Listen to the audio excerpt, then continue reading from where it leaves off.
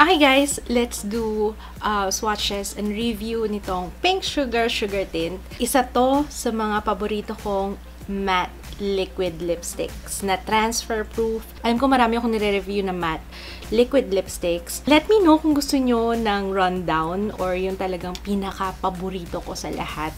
Let me know kasi talagang gagawa ako if requested nyo. Recently, nag-release ang Pink Sugar ng bagong shades ng sugar tints. Yung dati nilang shades, although maganda yung formulation, isa lang yung bukod tanging nagagamit ko. Ito siya, nakalimutan ko na nga kasi wala. Buti na nga lang nilagay na nila yung shade dito sa ilalim. Yung dati kasi nasa box, kaya ito ngayon, hindi ko na alam kung anong kulay nito. Pero ang kulay niya is berry. Medyo matingkad ng konti, pero still wearable for me. Yung iba kasi sobrang tingkad na. So recently, nag-release sila and magaganda na yung shades na nilabas nila. Very wearable, pwedeng-pwede na for everyday use, pero same formulation. Actually, this one, mas maganda yung formulation. Hindi ko sure kung nagpalit sila ng formulation, pero para sa akin, mas maganda to. Yung application pa lang niya, guys, pag nilalagay pa lang siya sa lips, para siyang lipstick kasi it's creamy. Madali yung application para sa akin. Unlike yung mga usual liquid lipsticks, liquid talaga. Para sa akin na hindi steady yung kamay, madalas lumalagpas ako sa line ng lips ko. Eto, creamy siya, kaya less room for errors. Na dahil creamy siya, hindi siya mukhang, yung pag natuyo, yung parang sticker na siya sa lips, hindi siya ganun. Para sa akin, very comfortable siya sa lips and gustong-gusto ko yung formulation nito. Kanina ko nga lang din na-realize, sabi ko parang hindi ko pa nga ito nasama sa favorites ko. Lagi kong nakakalimutan the packaging. Since ni-release nila ito nung first time, wala namang pagbabago, ganun pa rin. Para pa rin siyang candy. Isa sa mga nagustuhan ko sa sugar tint dati is yung applicator niya. It's the usual doe foot, but makapal. Advantage yon for me kasi ayoko na masyadong manipis dahil nga pag manipis, mas nagkakamali ako. And I love na na-improve na rin nila kung saan nilalagay yung shade dati kasi yung shade nakalagay sa box. So pag tinanggal mo na yung box, eto hindi ko na alam kung anong pangalan niya dahil dati wala yung shade dito. Ngayon, nandito na yung pangalan ng shade so madali nang tingnan ko anong shade yun. Sometimes kasi tinatanong ako, ate, ano yung nasa lips mo? It cost 349 pesos. Para sa akin, okay naman yung price na yun. Considering maganda naman yung quality niya. Marami kayong pagpipilian na shades. Marami kayong pagpipilian na color. Kaya para sa akin, reasonable naman yung 349 pesos. And tumatagal siya. Hindi mo na kailangan mag-reapply ng mag-reapply. It's available sa lahat ng Pink Sugar counters. Meron sa Watsons. Meron sa mga SM.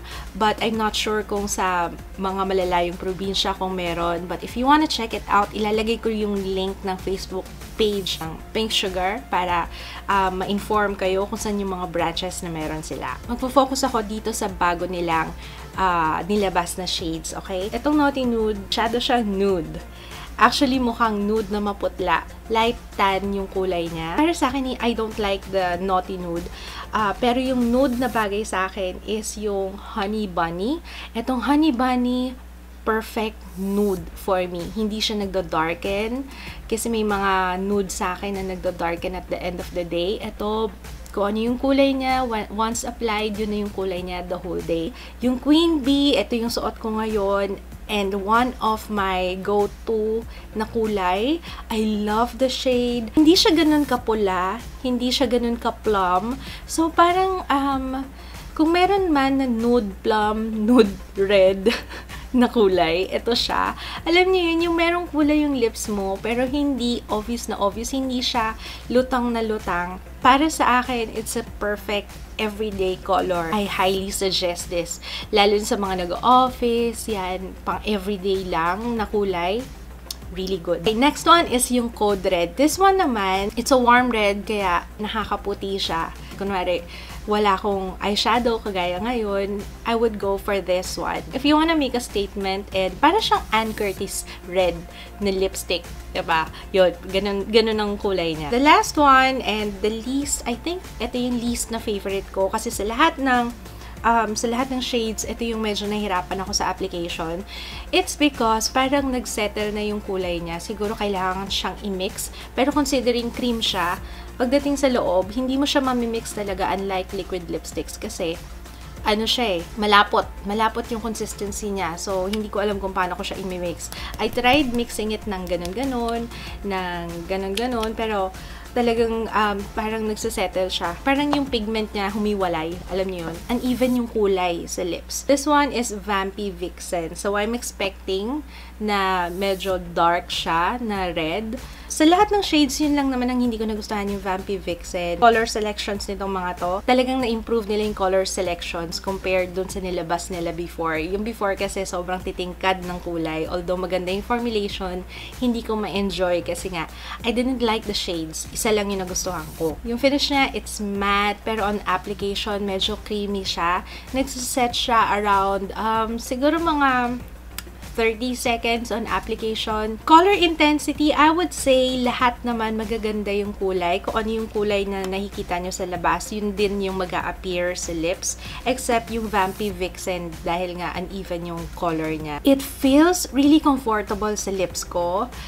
Sometimes hindi ko nga napapansin na meron akong suot.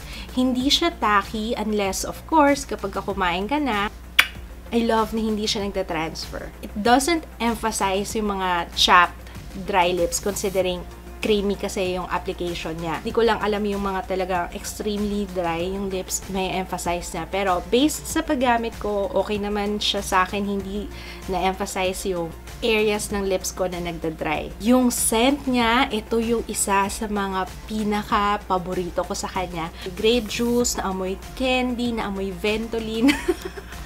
Ventolin. Nababangon kasi ako sa Ventolin. Longevity, it lasts pretty well. Especially kung hindi naman kayo palakain. Hindi siya nag-transfer sa baso. Unless pag kumain kayo ng something na oily. Pero ang kagandahan nito, guys, unlike ng mga ibang liquid lipsticks na na-try ko, in particular yung Sleek Matte Me, yun kasi nagka-crumble siya. It tends to crumble, especially yung dark shades. Ito, dahil creamy siya, walang crumbling. Di ako problema kung may mga bits na doon sa ngipin ko. Wala naman akong na-experience na nag-bleed sa kanya. Maganda yung longevity nito. And low maintenance. Okay, my final thoughts. Alam ko marami akong nire-review na matte liquid lipsticks. Siguro ang magagawa ko lang is i-compare ko yung isa against sa isa. Kasi sometimes, hindi lang sometimes, madalas tinatanong sa akin kung ano ba ang mas okay na brand. Ate, ano ba? Akala ko ba mas gusto mo to? Kaysa, syempre guys, I want to share with you lahat ng thoughts ko sa mga products na nasusubukan ko. And sometimes, may nasubukan akong bago. Pwedeng ito na yung paborito ko. Depende kasi, depende sa hinahanap mo sa produkto. I'm here para i-share sa inyo yung thoughts ko and yung experience ko about a certain product. Expect nyo na lang kung nagustuhan ko talaga yung product, talagang sasabihin ko yan sa favorites ko. Pero at least, diba, nagkakaroon kayo ng idea about a certain product bago kayo bumili. Diba? Kapag ka ganito nagre-review ko, no holds barred. Alam nyo naman yun. Talagang sinasabi ko sa inyo lahat. Minsan, imbis na 5 minutes lang yung video ko, maabot ng 10 minutes, 15 minutes dahil nga sa sobrang dami ng gusto kong idagdag. Para sa akin, considering the price na 300, ito hawakan ko kasi ito yung favorite ko eh. Ayan. Para sa akin, considering the price na 349 pesos, I think yung magbe-benefit talaga dito is yung mga gusto ng matte na lipstick and gusto rin ng transfer proof, pero ayaw nila ng sticker na feeling sa lips. At yung pinaka nagustuhan ko sa Pink Sugar Tint, yung amoy niya, yung application dahil nga creamy siya, and longevity dahil hindi siya nagka-crumble. Yun lang yung share ko about these products. Sana meron kayong nakuhang info, meron kayong nakuhang idea tungkol sa product na to. And if you have tried it, and if you wanna share your experience with it, comment lang kayo sa baba. Baka makatulong sa iba. Yun lang guys. Maraming salamat sa panonood. Thanks for watching. See you again on my next video. Bye!